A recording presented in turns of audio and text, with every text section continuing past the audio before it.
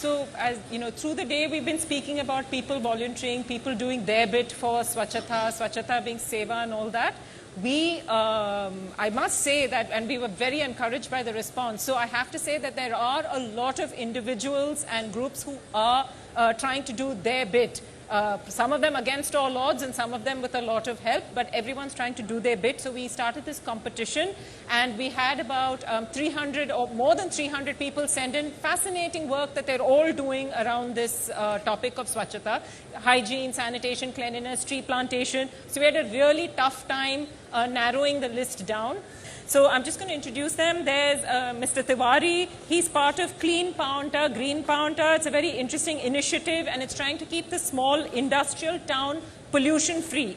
So this was started by the citizens. It's a mission cleanup. There are 35,000 children involved in this mission cleanup. So we have Mr. Tiwari here to speak about this Green Paonta, Clean Paonta, which he's obviously made into a big movement. So we'd like to speak to Mr. Tiwari, if he can like.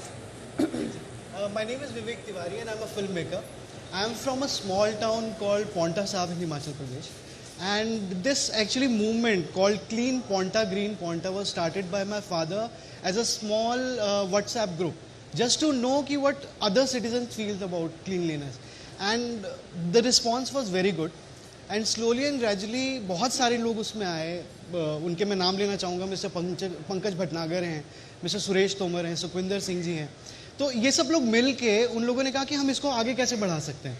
तो उन्होंने group में photographs डालने शुरू किए. जहाँ भी कचरा होता था या जहाँ पर भी गंदगी होती थी वो लोग उसमें व्हाट्सएप ग्रुप पे डालते थे. और वहाँ से प्रशासन को पता लगता था कि यहाँ पर कचरा है तो हमको इसकी सफाई करनी है. एंड स्लोली एंड ग्रेजुअली ये मूवमेंट धीरे धीरे धरातल पर आई.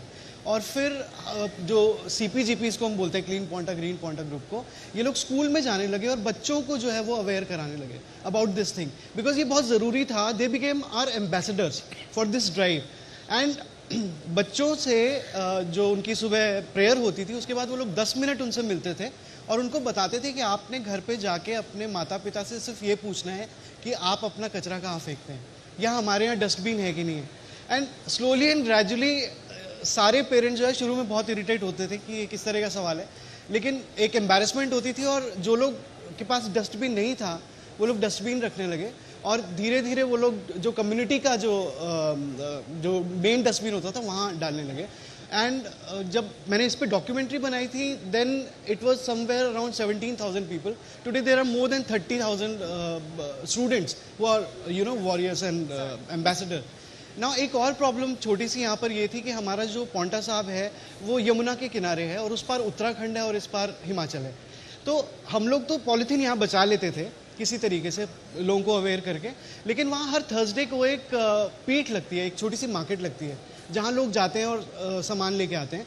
और वो लोग पॉलीथीन में वो सामान वापस हिमाचल में लेके आ रहे थे.